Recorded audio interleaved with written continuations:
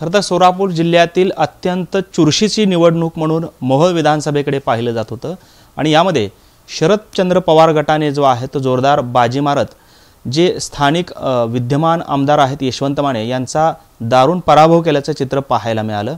खरं तर मातब्बर असे नेते मानले जाणारे राजन पाटील हे त्यांच्या पाठीमागे उभे असताना त्यांना दुसऱ्या एका पाटलांनी जे आहे ते चितपट केल्याचं चित्र पाहायला मिळालं। ग्रामीण राजकारणामध्ये पाटलांचं राजकारण पुन्हा एकदा राज्यामध्ये पाहायला मिळालेलं आहे। उमेश पाटील जे खरं तर मोहोळमधील विजयाचे शिल्पकार मानले जात आहेत। दादा, कसं पाहता या निवडणुकीकडे? विजयाचे शिल्पकार ठरला आहात, एका पाटलांना दुसऱ्या पाटलांनी छेद दिल्याचं बोललं जाते। लोक म्हणतात विजयाचा शिल्पकार वगैरे, परंतु या सगळ्या लढाईमध्ये अनेक सहकाऱ्यांनी त्यामध्ये साथ दिलेली आहे। वेगवेगळ्या पक्षाचे असताना सुद्धा राजन पाटील विरोधक असलेले सर्वजण एकत्र आले, ही या लढाईमधली अत्यंत जमेची बाजू आहे। आणि अनगरला जे अप्पर तहसील कार्यालय कुठेही लोकांची इच्छा नसताना बळजबरीने केवळ सत्तेचा दुरुपयोग करून राजन पाटील आणि त्यांच्या परिवाराने त्यांच्या गावामध्ये घेऊन जायचा जो निर्णय घेतला, त्यामुळं मोहोळ तालुक्यातील आणि संपूर्ण मतदारसंघातील जनतेला त्या संदर्भामध्ये प्रचंड रोष त्या ठिकाणी जाणवला। आणि त्यात अनेक फॅक्टर आहेत त्यामध्ये। आत्तापर्यंतची राजन पाटील या परिवाराची काम करण्याची जी पद्धत आहे ती दहशतीची, दादागिरीची, गुंडागर्दीची, अडवणुकीची, पिळवणुकीची, जुलमाची अशा पद्धतीची होती। ज्या पद्धतीनं पूर्वी रजाकाराची राजवट ज्या पद्धतीची असं होती, ज्याचा आपण पुस्तकामध्ये ऐकतो, इतिहासामध्ये वाचतो, तशा पद्धतीची राजवट ह्या मोहोळ मतदारसंघामध्ये होती, विशेष करून मोहोळ तालुक्यामध्ये होती। इथल्या जनतेला ती राजवट जी आहे ती कधीतरी उलथवून टाकायची होती, परंतु तशी परिस्थिती निर्माण होत नव्हती। प्रत्येक वेळेला राजन पाटील यांना पोषक परिस्थिती असायची आणि त्यांना वाटायचं की त्यांच्यामुळे आमदार निवडून येतो, परंतु शरदचंद्र पवार साहेबांचा हात डोक्यावरून गेल्यानंतर त्यांचा आमदार पडतो, हे यावेळेला सिद्ध झालेलं आहे। पवारसाहेब यावेळेला आमच्यासोबत होते आणि या निवडणुकीमध्ये अत्यंत महत्त्वाचं, आता राज्याचं जर आपण राजकारणामध्ये बघितलं तर एकंदरीत ओबीसीचा अंडरकरंट हा जो आहे तो महायुतीच्या बाजूने होता। आमच्या मतदारसंघात मात्र ओबीसी आमच्यासोबत राहिला, मराठा समाजही आमच्यासोबत राहिला, दलित मतदारही आमच्यासोबत राहिला, मुस्लिम मतदारही आमच्यासोबत राहिला। कारण या सगळ्याच वर्गांना राजन पाटील यांनी प्रचंड त्रास दिलेला होता। राजन पाटलाच्या पुढच्या पिढीतली जी दोन मुलं आहेत त्यांची वर्तन जे आहे ते लोकांना आपलंसं करणारं नव्हतं। सातत्यानं सत्ता एकाच कुटुंबामध्ये राहिल्यामुळं सत्तेची मगरुरी, घमेंड आणि अहंकार हा सगळा त्यांच्यामध्ये अत्यंत उत्प्रोत भरलेला होता आणि लोकांना त्यांची ती घमेंड उतरवायची होती आणि त्यातून हे सत्ता परिवर्तन झालं। सातत्यानं सलग 50 वर्ष एकाच कुटुंबामध्ये असलेली सत्ता जी आहे ती उलथवून टाकण्यामध्ये मोहोळ विधानसभा मतदारसंघातल्या जनतेला यश आलं आहे। दादा, खरं तर राष्ट्रवादी काँग्रेस अजित पवार गटाचे आपण राज्याचे मुख्य प्रवक्ते होतात, मात्र अजितदादांचं ते विधान, ते आजचा हा दिवस कशा पद्धतीनं तुलना कराल? काय एकंदरीत ह्या संपूर्ण मधल्या गॅपमधलं शल्य असेल, खंत असेल, काय वाटतंय? निश्चित थोडंसं मनाला माझ्या वाईट वाटलं होतं, परंतु नंतर मी माहिती घेतली। मला त्यावेळेला असं लक्षात आलं की माझ्या विरोधात तीव्रपणे काहीतरी बोला असा आग्रह राजन पाटील यांनी त्यांच्या मुलांनी आणि यशवंत मानेंनी धरला होता आणि त्यामुळं दादांना त्या पद्धतीनं त्यावेळेला त्यांच्या तोंडून ते शब्द गेले। आपल्याला माहिती आहे की दादांच्या तोंडून असे शब्द यापूर्वी देखील गेले, नंतर त्यांना त्याचा पश्चातापही झाला। मला नंतर दादाने बोलवून त्या ठिकाणी मला माझ्या तोंडून हे शब्द जायला नको होते असं मला त्यांनी बोलूनही दाखवलं। तटकरे साहेब आणि अजितदादांनी जवळपास 3 तास माझी समजूत काढण्याचा प्रयत्न केला। मी राजीनामा दिल्यानंतर राजीनामा माझा त्यांनी स्वीकारलाही नव्हता, महिना दीड महिना त्यांनी माझी वाट पाहिली, परंतु मी माझ्या भूमिकेवर ठाम होतो आणि माझ्या मनामध्ये काही दादा तसं बोलले म्हणून त्यातून काही माझ्या मनात ईर्ष्या तयार झालेली नव्हती। मुद्दा हा आहे की या मोहोळ तालुक्यातल्या जनतेच्या हालापेष्टा मी स्वतः माझ्या डोळ्यानं पाहिल्या होत्या। मी तर लोकप्रतिनिधी म्हणून आता जवळपास 5-7 वर्ष काम केलं, त्यातून माझ्या लक्षात आलं होतं की आज व्हिजन नसलेली लिडरशिप असल्यानंतर एखादा भाग किती अविकसित राहू शकतो आणि सर्वसामान्य माणसाच्या अपेक्षांची पूर्तता जर करायची असेल तरी अशा पद्धतीची लिडरशिप बाजूला केली पाहिजे, कारण हे फार काळाच्या खूप मागं असलेली लोक आहेत। जग फार पुढं चाललेलं आहे। आमचा मोहोळ तालुका जो आहे पंढरपूरच्या तुलनेत, बार्शीच्या तुलनेत, आताच्या अलीकडे अक्कलकोटच्या तुलनेत फारच मागं पडलेला आहे आणि इतर तर काय खूप प्रोग्रेस झालेले बारामतीसारखे जे तालुके आहेत त्या तुलनेमध्ये तर कुठंच नाही. माळशिरस असेल, अकलूज असेल, त्या तुलनेमध्ये मोहोळ हा अत्यंत मागास राहिलेला भाग आहे. 4 राष्ट्रीय महामार्ग मोहोळमधून गेलेले आहेत. पंढरपूर अर्ध्या तासावर आहे, तुळजापूर पाऊण तासावर आहे, अक्कलकोट पाऊण तासावर आहे, कर्नाटक हे तासाभरावर, कर्नाटक जे आहे तासाच्या अंतरावर आहे, मराठवाड्याला आपण 1 तासाच्या आत जातो आणि ह्या सगळ्या बाजून आंध्र प्रदेशमध्ये आपण तासाभरामध्ये जातो. हैदराबाद इथून 4 तासावर, पुणे इथून 3 तासावर, एवढं आता एअरपोर्ट झालं आहे.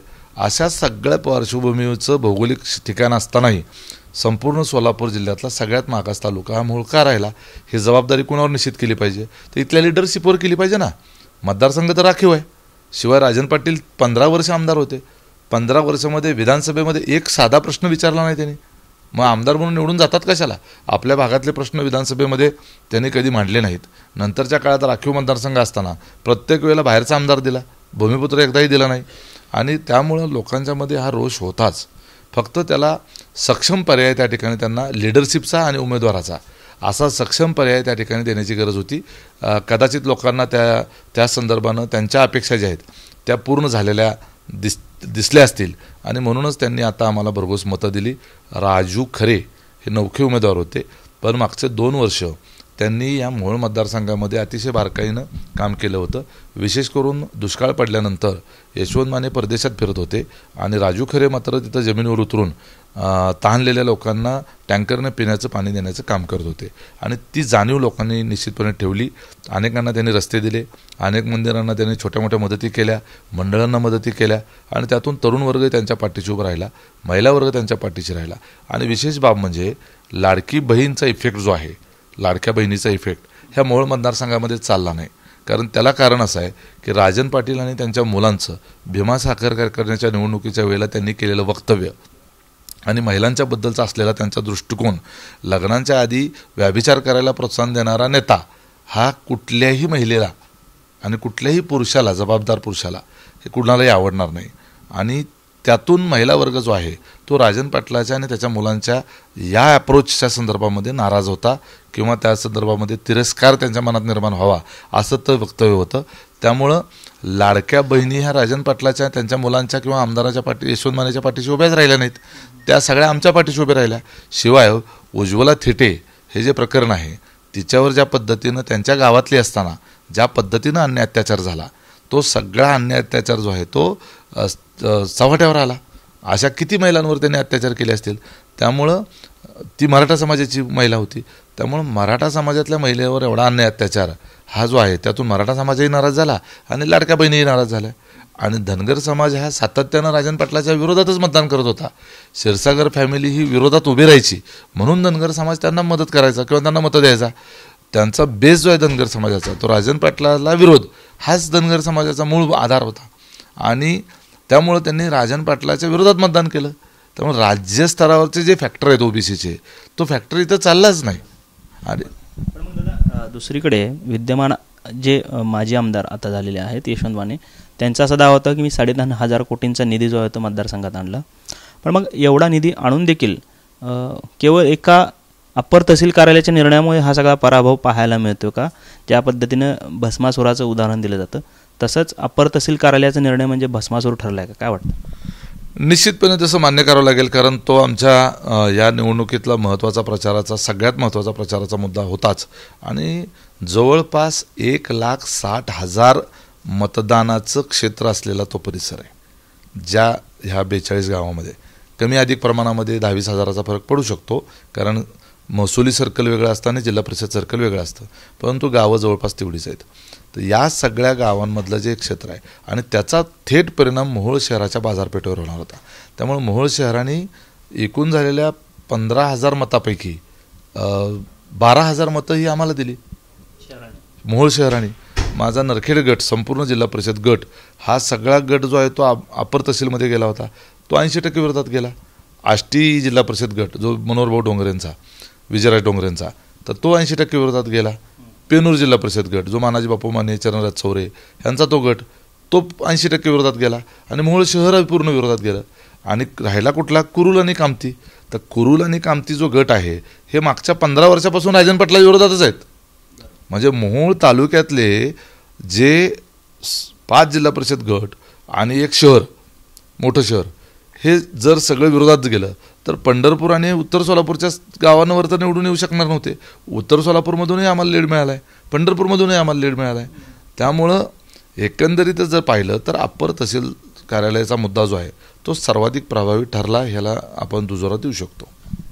पुढची वाटचाल कशा पद्धतीची असणार आहे, कशा पद्धतीचं राजकारण यापुढच्या कालावधीमध्ये पाहायला मिळेल? आपण बऱ्यापैकी किंगमेकरच्या भूमिकेत आहात. हे तुम्ही लोक म्हणता तसं किंगमेकर असं काही नसतं, कारण निवडणूक ही मतदारांच्या जीवावर आपण लढवत असतो आणि त्यामुळं इथला किंगमेकर जो आहे तो मोहोळ विधानसभा मतदारसंघातला मतदार हा खरा किंगमेकर आहे.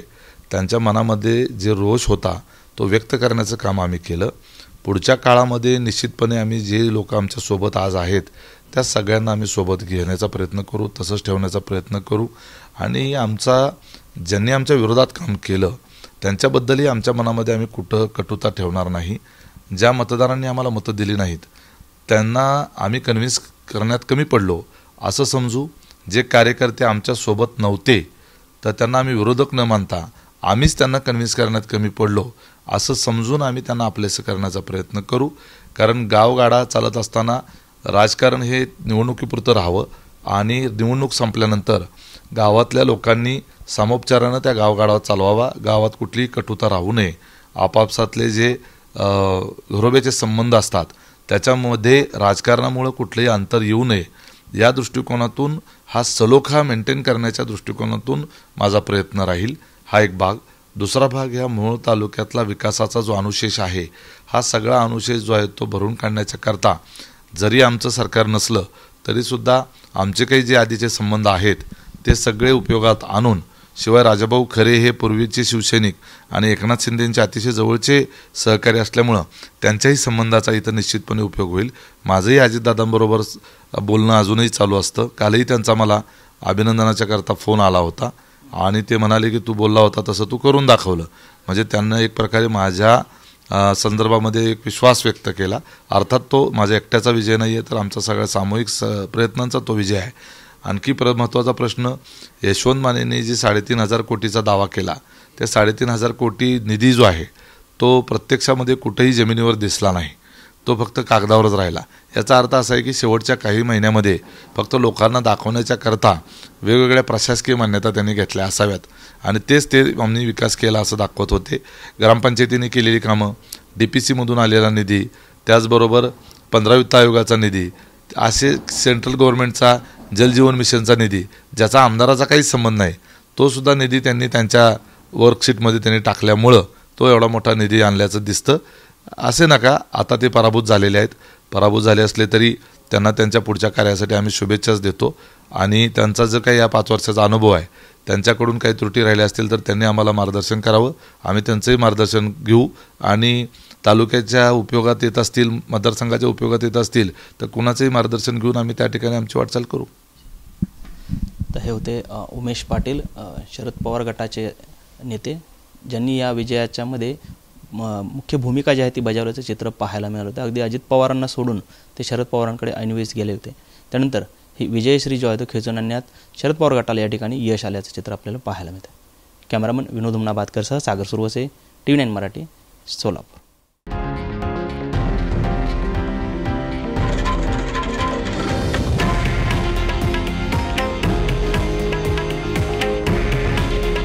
हे आहे देशातील नंबर 1 न्यूज नेटवर्क आणि आपण पाहत आहात TV9 मराठी. काळजी तुमची, हित महाराष्ट्राचं.